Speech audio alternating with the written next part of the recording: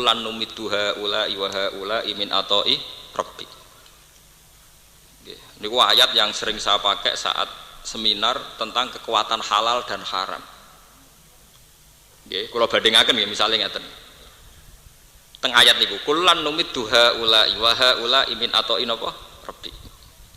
Kebaikan dan keburukan itu sama-sama punya potensi rezeki. Sama persis. Yaitu tadi, bank haram punya deposito riba, ngasil lo duit akeh. Ternak sapi halal juga menghasilkan duit akeh. Jaringan kerja juga sama. Pusat prostitusi di Doli yo ngasil lo duit akeh. Di situ ada becak ngetro hidung belang, ada taksi ngetro hidung belang. Karena 24 jam buka, ono warung mie ayam, mie rebus, soto Lamongan dan sebagainya. Paham ya? Artinya ya waron do ning kono kabeh golek rezeki di tempat yang 24 jam buka. Ngasih lo duit. Jadi misalnya kono ditutup, supir taksi ya kelapaan, ojek sing mangkal ning kono ya kelapaan. Paham nggih? Bakul soto nggih napa? Tapi ya sama. Makamnya Sunan Ampel ya sama. Karena 24 jam ono wong ziarah, akhirnya taksi yo payu, sewanan bis nggih napa? Payu. Soto Lamongan nggih payu. Gere tasbih kitab yo payu. Sama ning gone Doli gere napa? Kondom nggih napa? Payu. Obat kuat nggih napa? Payu. Artinya sama, sebetulnya dari segi teknis sama. Kebaikan juga punya pola yang menghasilkan uang, keburukan juga punya pola yang menghasilkan apa? Uang. Loh konser musik itu ya podo ngasih lo duit panitiane ya badi. Kadang pengajian sing nakal-nakal panitiane iso badi podo. Sama. Loh itu hebatnya Allah bahwa kebaikan sebenarnya tidak pernah kalah dengan keburukan. Cuma akan menjadi ironis ketika keburukan dikemas secara manajerial baik, sementara kebaikan dikemas dengan manajerial acak-acakan. Ini yang menjadi naif, menjadi ironis. Lho nggih to, kados Hawaii, Hong Kong, wisata internasional yo ngasih lo duit. Sapa sing ra sepakat nak Mekah Madinah yo ngasih lo napa? Duit. Artinya selalu kita punya bukti bahwa kebaikan juga menjadi aset apa? Ekonomi. Paham ya? Tapi kenapa kita lembek? Pas bolak-balik ya pancen ngono-ngono bebas, ngene wong apik ora bebas ya. Urusan bebas mbek napa? Gak bebas. Kowe ternak sapi mbek turu-turu klunak-klunuk ya wis ngasih lo dhuwit, mbok tinggal jamaah, mbok tinggal duha ya ngasih lo dhuwit. Padha Cina ngapa-ngap di deposito ya ngasih lo napa? Sama. Cuma ironis ketika orang-orang yang baik ini tidak berkompetisi secara kuat. Sak kober. Sementara kejahatan bergerak kuat. Mulane dalam sebuah hadis Nabi ngendikan al mukminul qawiyyu khairun minal mukminid dhaif. Orang mukmin yang kuat itu lebih disenangi Allah. Sebagian riwayat khairun wa ahabbu ilallah minal mukminid dhaif. Orang mukmin yang kuat itu jauh disenangi Allah ketimbang mukmin yang lemah. Maksudnya kuat dalam menghadapi kebatilan, kuat dalam berkompetisi melawan maksiat, kuat dalam berkompetisi secara visi, secara program. Timbang mukmin sing ngapa-ngop, iso mangan piro-piro, piye meneh. Urip ning donya ngenteni mati kok repot. Kowe mati ra apa-apa wis tuwa, anak lagi lahir wis ra apa-apa nih. Kowe kepengen mati wayahe lah, anak lagi lahir wis setengah mati mergo ora apa-apa ora dipikir. Mulane ini harus jadi pengalaman nggih bahwa makanya nggih pentingnya ngaji kalian ulama ngoten nggih. Sebetulnya masalah agama itu tidak sederhana nggih. Tidak sederhana. Dimulai saking zuriatan apa? Thayyibah. Dan zuriatan thayyibah selain kekuatan rohani juga dibina secara materi.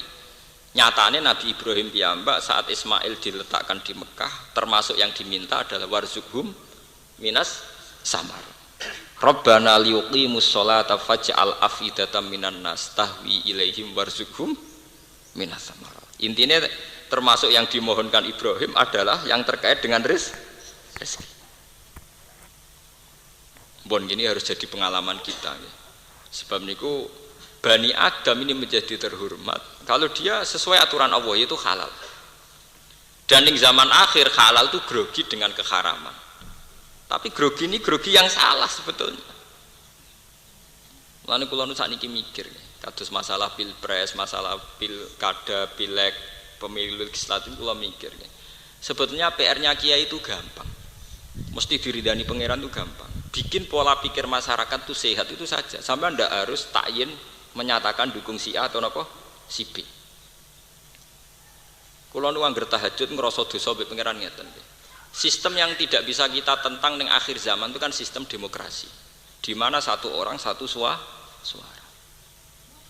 Lah kalau sudah satu orang satu suara, maka PR kiai, PR ulama itu hanya satu, menciptakan masyarakat sing cara berpikir Islami itu saja. Karena dengan berpikir Islami, maka pilihan itu akan dijatuhkan pada calon yang lebih dekat dengan aturan apa? Islam. Ya saat ini ngeten, ini contoh paling gampang ya. Kalau sistem demokrasi kan satu orang satu suara. Misalnya jumlah lonte ning Indonesia 50 juta, jumlah santri 20 juta, itu menang di kira-kira.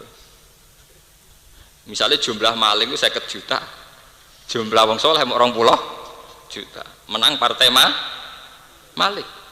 Karena sistem demokrasi suara lonte yo sitok, suara maling yo sitok, suara koruptor yo sitok, suara santri gini apa?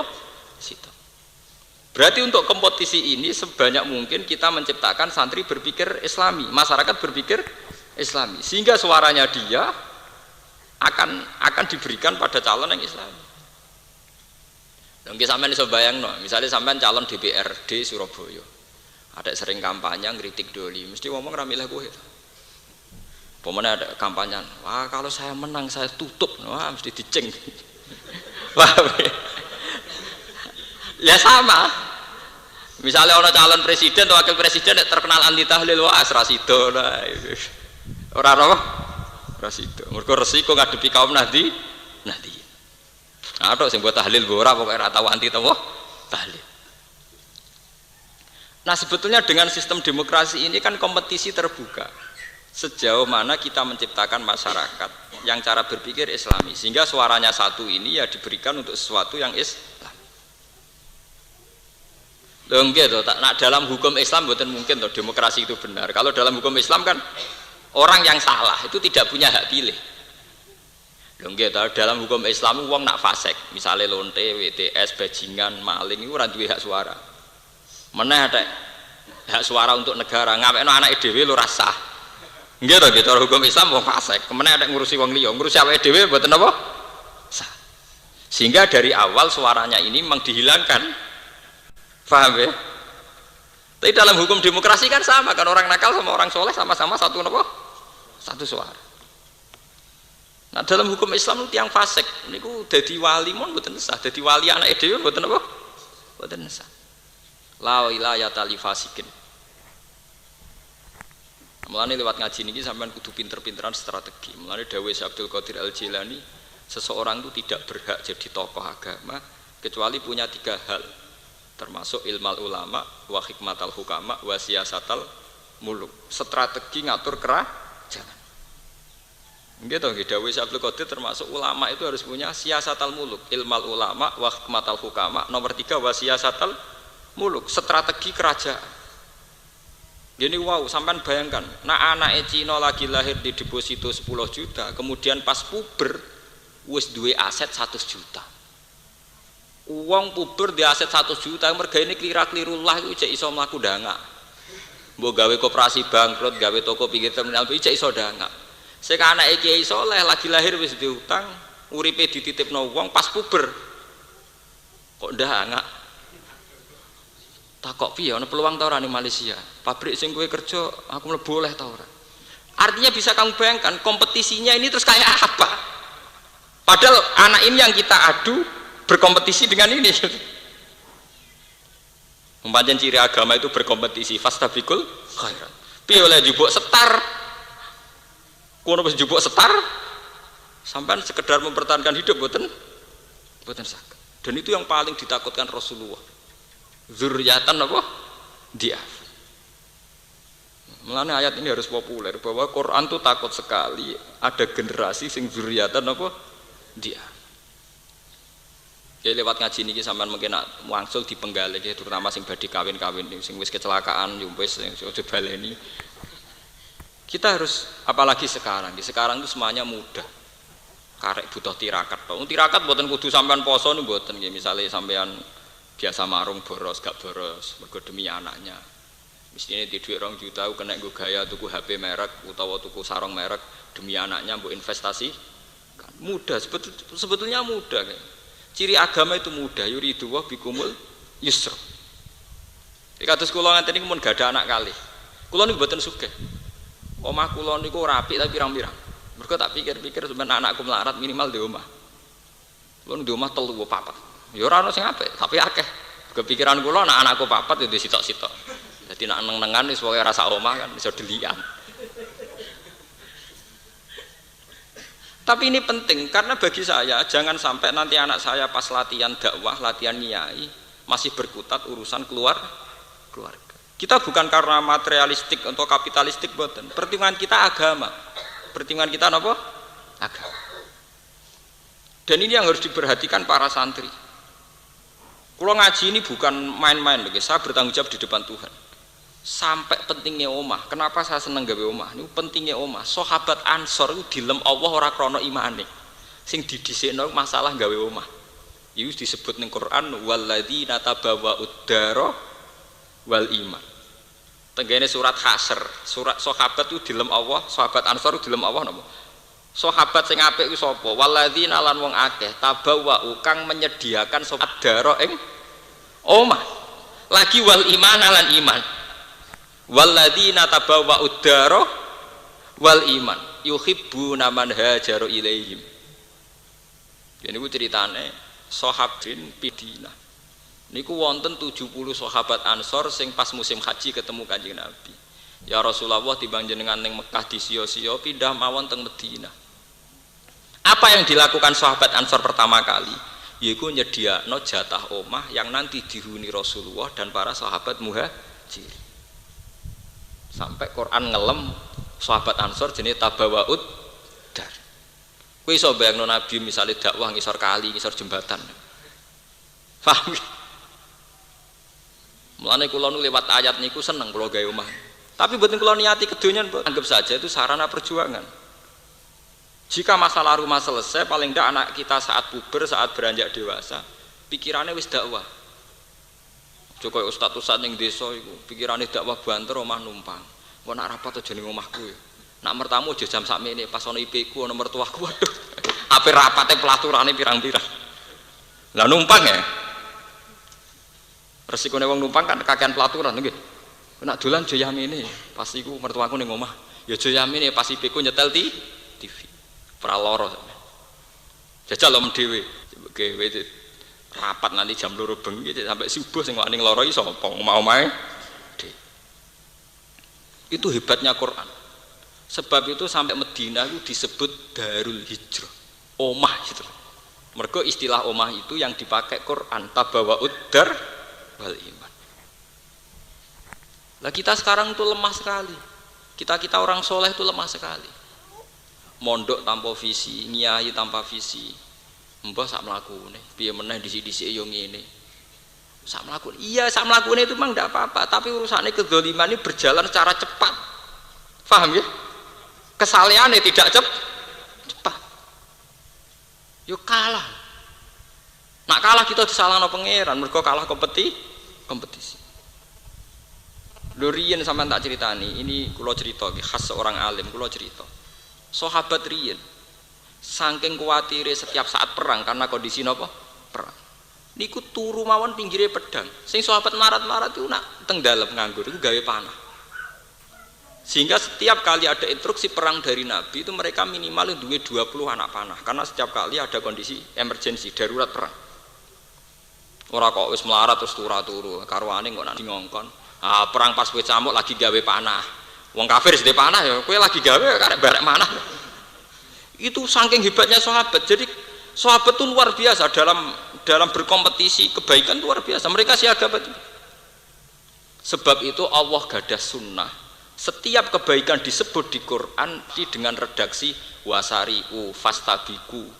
Wasari'u lan gegancangono sira kabeh. Musaraah artinya alon-alon asal kelakon apa gegancangan cepet-cepetan.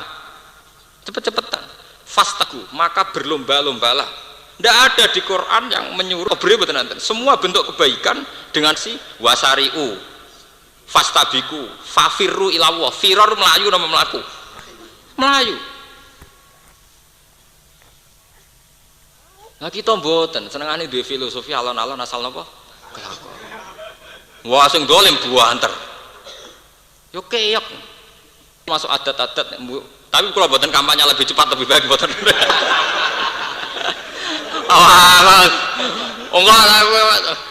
Enggak pas ngaji ngeten istiqomah jari MC mugi-mugi melaku berarti lanjutkan. Wah ya repot. Gua bakas pitik jari pro rakyat mergo pitik ekonomi napa? Rakyat. Berarti pun ngaji ini pun lengkap nih. Lanjutkan lebih cepat lebih baik. Bakas pitik berarti pro napa? Pro rakyat. Wah ya parah. Mboten kula mboten nate guyon nggih, pancen kula serius nggih. Kula nak gadah pendapat karena ini urusan agama niku pun kula pikir tenan dan saya tanggung jawab di depan Tuhan. Kula tokoh panutan kula ini Imam Bukhari. Imam Bukhari itu satu hadis itu disolati 2 rakaat saking takutnya kalau hadis itu dhaif atau maudhu. Padahal beliau sudah melakukan check and recheck secara ilmu jarhu wa ta'dil sudah dicek. Tapi wa semanten masih disolati. Saya juga sama. Mungkin tidak se-ekstrim Imam Bukhari, tapi saya kalau punya pendapat untuk agama itu pasti saya istikharah. Karena ini masalah agama, tanggung jawab saya di depan Allah. Nah, ngarepe sampean paling banter sampean kecewa terus rasa seneng kula itu sepele. Ora sepele banget. Ora disenengi wong nggih biasa, disenengi napa? Biasa. Lonte sing seneng akeh mun kiai. Nah, kula niku dalil kula sederhana. Kowe dadi lonte ya ana sing seneng ana sing gedeng, dadi kiai ya ana sing seneng ana sing gedeng. Regane urip. Maling gak is maling, sing nulung ya akeh kok piye. Dene ya duwe ikatan. Wong maling dhewean ya ora iso. Paham gini ki perlu kula aturaken bahwa kesalehan itu harus kuat. Karena semua redaksi kesalehan teng Quran itu ndak ada sing alon-alon asal kelakon. Semuanya dengan redaksi wasari'u. Fafirru, fastabiqu. Ndak ada yang bahasa umsu kon mlaku mboten. Fafirru ilau. Kanjeng Nabi itu hadis-hadis yang ngoten al-firor ya ibadah, ayo lari. Karena kebaikan sekali kalah setar, kalah kompetisi akan kelindas dengan kebatilan. Kalau tak cerita ini tak hadis bin Nikmah. Kalau tak hadis bin Nikmah. Kalau niku duwe jamaah kata. Sebagian mereka orang kaya. Nggih, sebagian mereka orang kaya sing duit miliaran. Nanti tanglet kula, Pak Bahak saya ini orang kaya, punya uang 1 miliar. Itu menurut Pak Bahak dipakai apa? Saya inginnya ya dapat dunia, dapat akhirat. Jawaban saya gampang. Kamu tidak harus ngasihkan uang 1 miliar itu menjadi masjid, tidak harus. Beli tanah di kawasan netral di tengah kota. Sertifikatnya ya untuk anak kamu. Lah apa itu jadi amal baik saya Pak Bahak? Kan tidak untuk masjid, tidak untuk madrasah. Ya itu enggak apa-apa. Sertifikat kamu untuk anak kamu tidak apa-apa. Tapi niati bahwa dengan kamu miliki minimal tidak menjadi tempat prostitusi, tempat niklam. Ini pentingnya sebuah kompetisi. Misalnya satu tanah di tengah kota Bojonegoro atau di Surabaya atau di Jogja. Misalnya 400 meter persegi, sampai beli 1 miliar. Tanah ini kan menurut hukum demokrasi terserah yang punya kan. Nak sing duwe wong soleh Pak Kaji. Umpama ora ada di masjid, ora ada di madrasah, tetap daleme Pak Kaji. Engko subuh-subuh nabi metu nggawa tasbih. Maghrib ono Pak Taji mlebu omah nggawa tasbih. Tapi kalau yang beli orang nakal, tuweka wong rambutan pink nggo gitar. Metu ya wong setengah nggawa minuman ngeflek. Nah, padahal dengan suasana Pak Kaji ini itu dengan sendirinya meskipun tidak masjid loh ya. Dengan sendirinya tangga-tangganya apa geni klub ning pinggire sungkan. Oh iku Pak Kaji soleh, pegawainya maca Quran, sungkan geni klub gitu. Berarti radius dari Sumas itu minimal radius 100 meter persegi dari sekelilingnya akan menjadi suasana soleh. Paling tidak terjamah suasana maksiat. Sampean fid dunya hasanah karena tetap milik anak Anda. Wa fil akhirati hasanah karena tujuan beli adalah mengantisipasi kedzaliman kemaksiatan. Niku seneng. Nggih Pak Bak cocok. Kula nggih ra rugi, maksudnya dik 1 miliar. Kula nggih tetep derekno jenengan, artine eling akhirat. Ya. Tapi kiai ojo kiai tomak, karena aku rak manfaat wae tomak nak. Mulane dadi kiai yo tirakat bareng. Cara kiai ini ra tirakat ya sumbangno pondokku tak go bangun pondok dadi. Lha iku jenenge kiai ra tirakat. Artinya ini begini loh, ben sampean iso mikir. Hal yang sebaliknya bisa terjadi secara ekstrim. Saat wong nakal tuku itu 1 miliar, gedung yang dibangun mungkin niklab atau karaoke atau tempat-tempat nakal yang lain. Paham ya? Mulane kula nyuwun nggih, nek mriki wonten jamaah sing sugih niku seneng tuku tanah mboten napa-napa, terutama tanah yang berpotensi dipakai kedzaliman. Misalnya pinggir jalan. Pinggir jalan itu kan tanpa tuan tuh, ke depan nanti di era modern pinggir jalan tanpa napa? Tuan. Jadi suasana di situ terserah yang punya. Nah sing duwe Pak Kaji mlebu metu Pak Kaji go tasbih.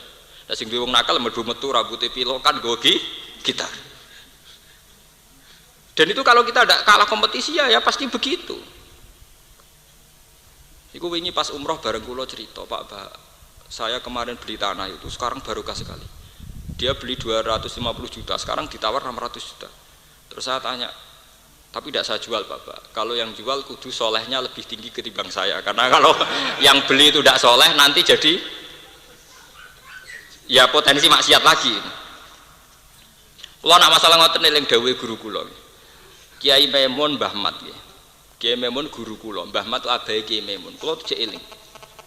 Niki cerita ijtihadnya Kiai. Di perbatasan Jawa Tengah Jawa Timur itu ada warung Pantura, itu miliknya Gus Said. Gus Said itu murtranya Bakhil. Tanah itu dulu mau dibeli Cina 2 miliar atau 3 miliar. Zaman itu uang 3 miliar itu banyak sekali. Terus banyak kaji-kaji yang ingin ke tanah di kawasan situ. Ini dawuhe Mbah Mun, dawuhe guru-guru kula. Kowe atok ra kaji timbang tanah iku mbok dol Cina. Karena apa? Efeknya luar biasa. Kalau tanah itu jek milik wong Islam minimal enggak menjadi tempat maksiat itu minimalnya. Maksimalnya syukur-syukur menjadi suasana taat, nggih. Kalaupun tidak menjadi suasana taat minimal tidak menjadi suasana apa? Maksiat. Ya sampean bayangkan perbatasan Jawa Tengah Jawa Timur pinggire wis serbung. Serbung ya untuk lokalisasi setengah ngoten. Lah berhubung saiki digawe warunge Mbah Said ana santri nggo Alfia, ana ketunan mireng nggo Alfia, kesak-kesih. Pokoke walhasil masih tak bingung lah iku cek cah sarongan ketunan. Lah anak iku sing tuku wong nakal. Sing bengi ya bertebaran nggih wong nakal. Berhubung warunge santri. Lah malah kiai-kiai komentar kiai kok kedonyan. Lah repot wong drengki ora ora ijtihad yo. Ora ana kiai sugih dari kiai napa? Gitu ya, mbok ijtihad sithik dol mikir. Uteke lho, mesem. Mulai gampang suudzon lho, seneng ya suudzon ya napa? Barang kiai sugih dari kiai napa? Lho kula termasuk yang dukung. Saat itu saya ikut berproses. Ini kan ya itu tadi hitung-hitungan ijtihad. Sekali salah langkah itu fatal. Coba sekarang sampai mikir, Surabaya itu kota besar. Kalau yang di dekat-dekat Masjid Akbar, dekat Sunan Ampel, dekat Masjid Kemayoran akan menjadi suasana Islami.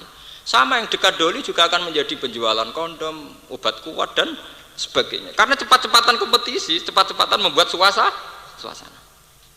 Coba kalau misalnya desa sini ada kelompok ngaji gini, wong nggo jalalain ku asing. Mergo biasa ana wong nggawa tafsir, nggawa kitab. Misalnya ning kene ku ana wong sugih nakal, misalnya. Terus dia ini suasana nggo gitar, tiap sore ana cah gitaran. Suwe-suwe sing nggo kitab sing izin. Mergo kalah kuat mek kelompok sing nggo napa? Gitar.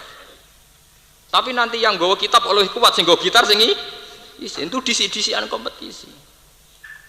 Saya punya santri di Jogja, di perkampungan orang nakal. Diambaki tiyang sugih. Gus saya itu punya uang 500 juta. Saya itu udah alim, tapi saya seneng jenengan. Cara jenengan dipakai apa? Ki gawe pondok putri. Lah kula ora kiai kon nggih pondok putri. Tapi ana syaratnya kudu mewah. Nek elek haram. Nah, terus fatwa nek elek napa? Haram. Lah terus tujuannya apa, Gus? Ngene. Pondok putri radiusnya iku 200 meter persegi, sing sitok tak dakok pol kulon, sing sitok tak dakok pol wetan. Lah tujuannya napa? Wis pokoke anut ngono, pokoke nek wis dadi lagi takok meneh tujuannya apa. Mun dadi kondo. Terus kula critani sampean gak kudu ngalim. Sementing mbak-mbak yang sudah jilbaban itu kalau pagi ngaji di Pondok Timur, sorenya di Pondok Barat atau sebaliknya. Sehingga di kawasan situ terbiasa wong melaku jilbaban nutupi aurat. Ini harus menjadi suasana, jangan sampai suasana diambil alih sing kulino liwat wong katokan cekak, blodor ketok payudarane. Karena ini efek sosialnya luar biasa. Kalau suasana nakal lebih cepat, sing jilbaban sing izin, nah suasana jilbaban lebih cepat, sing blodor izin, ini hukum sosial. Lho niku mandi tenan, sakniki pun berjalan 2 tahun mandi. Akhirnya sing biasa karo cekak minimal celananan izin, mergo kan kontrase nemen, mosok wong jilbaban dijejeri wong napa? Karo cekak. Lah nek celanan ada mirip to, gak jumplang teman-teman. Ini pentingnya kompetisi. Nggih, pentingnya kompetisi. Tapi buatan kampanye loh, sama lebih cepat lebih baik buatan. Artinya semua redaksi Quran tentang kebaikan itu pasti dengan redaksi fastabiqul khairat, fafirru ilallah wasari'u. Semuanya bentuk cepat. Firor. Karena sampean khawatir darah ini kalau kampanye ya kalau sudah baik lanjutkan kan gampang itu. Niki pentingnya ngaji, kita punya sanad keulamaan. Kalau gak ada sanad untuk guru kulo. Niku riyen Mbah Mun kalian Mbah Matu sampai ngoten tiang-tiang Blitung niku nek ape adol tanah teng Cina dikandani. Iki adol tanah mbok apa? Nggih kaji, Mbah. Sing nuku sapa Cina, atok ra kaji. Perhitungannya bukan nilai jualnya, nilai efek napa? Sosial. Paham nggih? Kalau terus buatan gedeng Cina, buatan Cina sing apik, buat kata, yang masuk Islam kata. Cuma efek kan bisa kamu bayangkan, efek dimiliki non Muslim dengan dimiliki Muslim. Kan iso mbok hitung to, saelek-elek Pak Kaji nak duwe tanah minimal digawe omah anake. Saelek-elek Pak Kaji nak esuk maca tasbih mubang-mubang kok sore ya maca tasbih. Paling gak suasanane Pak Kaji mlebu metu nggawa tasbih. Saapi-apike wong zalim to nggo gitar ngalor ngidul, magrib nyetel tip. Wis paling apik lah. Lah nek elek terus dadi produksi sabu-sabu to malah. Mulane penting iki, mulane sampean kula nyuwun nggih, nek sing sugih atau setengah sugih, nek di dhuwit tuku tanah. Terutama yang potensi untuk kemaksiatan. Niati ibadah, niati napa? Ibadah. Mboten niati taksirul mal mboten. Niati napa? Ibadah. Nek sampean ra sugih kaya kula misale, nggih santrine sing sugih. Nek sampean ra sugih ra dikanca wong sugih, Gus pun salat mau teng omah. Cek siale ra sugih ra dikanca wong napa? Juga kok entek uripem kok wis napa? Saya kula alhamdulillah nggih. Ajaran kula ngoten diterima betul, diterima luas. Di Jogja, di Madiun diterima luas. Sehingga orang-orang kaya itu saat niki mikir tenan. Nggih Gus tak rasa-rasano tak tabung ning bank ora pati manfaat. Ora ana ibadahe. Nah tak tukono tanah sawangane paling ndak menolak potensi kemaksiatan. Minimal tuh menolak potensinya. Padahal cara kaidah fikih darul mafasid muqaddamun ala jalbil masoleh. Semua bentuk antisipasi terhadap kemafsadahan, semua bentuk antisipasi terhadap kemungkaran itu sudah ibadah. Nanti kalau saat ini juga ada santri-santri yang di tanah dan pinggir kota, sering kegoda. Artinya songkot tuku 600 juta, saya ditawar 2 miliar, sering kegoda. Pak Bah ini gimana? Malah mau dibeli sama pengusaha itu, sudah naik tinggi. Coba, benar. Pokoknya sebenarnya betul kudu sing tuku luwih saleh timbang sampeyan to ndawudi. Kula niku krasa tenan nggih sakwise ngaji kulan numidduha ula imin atau inapa rabbi. Sama. Doli juga melahirkan komunitas rezeki, Sunan Ampel juga melahirkan komunitas rezeki. Konser musik yo ngasilno dhuwit, kiai pengajian yo ngasilno dhuwit. Wisata Hongkong yo ngasilno dhuwit, wisata Ka'bah nggih ngasilno. Cuma kan akan naif ketika wisata kebaikan amburadul sing maksiat melejit. Nah, ini yang kita takutkan. Zuriatan apa? Diafan. Mulane ketika Rasulullah wafat, niki rungokno tenan nggih. Rasulullah itu wafat, iku Abu Bakar memanage negara secara rasional, secara negara modern. Yaiku ana presiden, ana umara, ana wuzara. Kenapa Abu Bakar tidak niru persis Kanjeng Nabi? Kanjeng Nabi tidak pernah memposisikan diri sebagai presiden, sebagai kepala negara. Tapi era Abu Bakar dimanage secara rasional, secara hukum negara modern. Yaiku ana presiden, ana gubernur, ada menteri. Abu Bakar bertindak sebagai khalifah, gubernur yang Mesir Amr bin As, di Sam Muawiyah, di Madinah, artinya dimanage secara apa? Modern. Kenapa Abu Bakar begitu? Karena kan tidak lucu ketika negara zalim dimanage secara modern, sing negarane santri dimanage secara amburadul. Akhirnya kiai soleh ditamu nganti jam 11 bengi. Pak Kiai wapi, antamune 24 jam. Akhirnya kiai ini lagi 2 tahun kiai matek, ora tau istirahat. Paham ya? Wis ngono tamune pasen kabeh, wong diutang, wong bingung. Dipethuki kah? Sing wong zalim ngatur negara tertib, tamu kudu prosedur. Ini penting. Mana sing kula kenang saking bapak niku sering ngendikan ngoten. Wis sahake ngandel aku. Aku nyai ku wis suwi. Susah dadi kiai ra tertib ku susah. Nah contoh gampang kiai sing enggak tertib misalnya ngeten. Sampeyan dadi kiai apian, anggur wong pertama. Padahal sing sering bertamu iku nek wis kendel bertamu ning kiai-kiai sapa ya ditamoni wong iku. Wong ngono iku hobi. Wong seneng sowan kiai napa? Angger sing sering sowan sampean takono kiai liya terus iku ya sering sowan kiai iku. Wong iso napa? Hobi. Jare nak sowan kiai adem atine wis ning omah bojone ngamukan. Sowan kiai kan ya aturan itu. Misalnya di jam yang memang jam menerima tamu, terus kiai itu kan tokoh agama, mestinya konteksnya juga hal agama. Coba bandingkan dengan zaman sahabat. Sahabat itu sowan Kanjeng Nabi nggih sowan. Tapi karena Nabi itu tokoh agama, takokannya juga agama. Misalnya ana sahabat sugih, takokane sepundi? Yas'aluna kama dza yunfikun. Nabi